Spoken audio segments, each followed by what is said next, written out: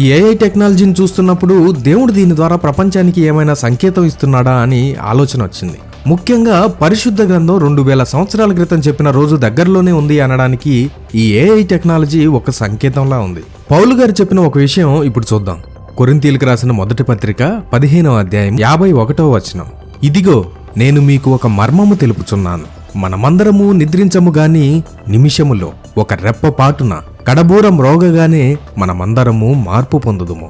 ఈ వచనంలో పౌలు గారి ద్వారా దేవుడు రాయించిన మాట, మనమంతా మరణించం గాని ఒక్క నిమిషంలో రెప్పపాటున కడబూరం రోగగానే మనందరికీ మార్పు కలుగుతుంది. ఈ 70 లేదా 80 ఏళ్ల లిమిట్ ఉన్న జీవితం నిమిషంలో వయస్సు లేని దేహంగా మార్చబడుతుంది. ఎంతసేపట్లో చూసారా? నిమిషంలో ఒక మనిషి శరీరం మారిపోతుంది. ఇప్పుడు ఏఐ టెక్నాలజీ దగ్గరకు వద్దాం. మనం కొన్ని సంవత్సరాలుగా చూస్తున్న ఏఐ టెక్నాలజీ ఏం చేస్తుందో గమనించారా? ఒక 60 ఏళ్ల ముసలి వ్యక్తి ఫోటో ఇచ్చి యవ్వనంగా మార్చు అని ప్రాంప్ట్ ఇవ్వగానే నిమిషాల్లో తయారు చేస్తుంది. జనరేట్ అయిన ఫోటోలో కోల్పోయిన జుట్టు తిరిగి వస్తుంది, ముడత మొహం పోతుంది, తెల్లగడ్డం తెల్ల జుట్టు ఏమున్నా సరే ముసలి దేహంతో ఉన్న ఫోటోను నిమిషాల్లో యవ్వనుడిగా మార్చేస్తుంది. ఈ మధ్య చిన్నపిల్లల వీడియోలు బాగా వైరల్ అవుతున్నాయి. ఎవరి ఫోటో అయినా ఇచ్చి చిన్నపిల్లవాడిలాగా మార్చు అని ప్రాంప్ట్ ఇవ్వగానే పెద్దవాళ్ళు నిమిషాల్లో చిన్నపిల్లలుగా మారిన ఇమేజెస్ మనం చూస్తున్నాం. వాళ్ళు ఎలా ఉన్నా కానీ ఈ ఏఐ టెక్నాలజీ వారి దేహాలను వాళ్ళు అడిగిన ప్రాంప్ట్ ప్రకారం మారుస్తుంది.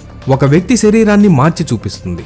ఈ ఏఐ టూల్స్ అన్నిటినీ నేను గమనిస్తున్నప్పుడు దేవుడు పౌలు గారి ద్వారా రాసిన విషయమే నాకు గుర్తొచ్చింది. రక్షింపబడిన క్రైస్తవులకు జరగబోయే కార్యం ఇలానే ఉంటుందా అనిపించింది.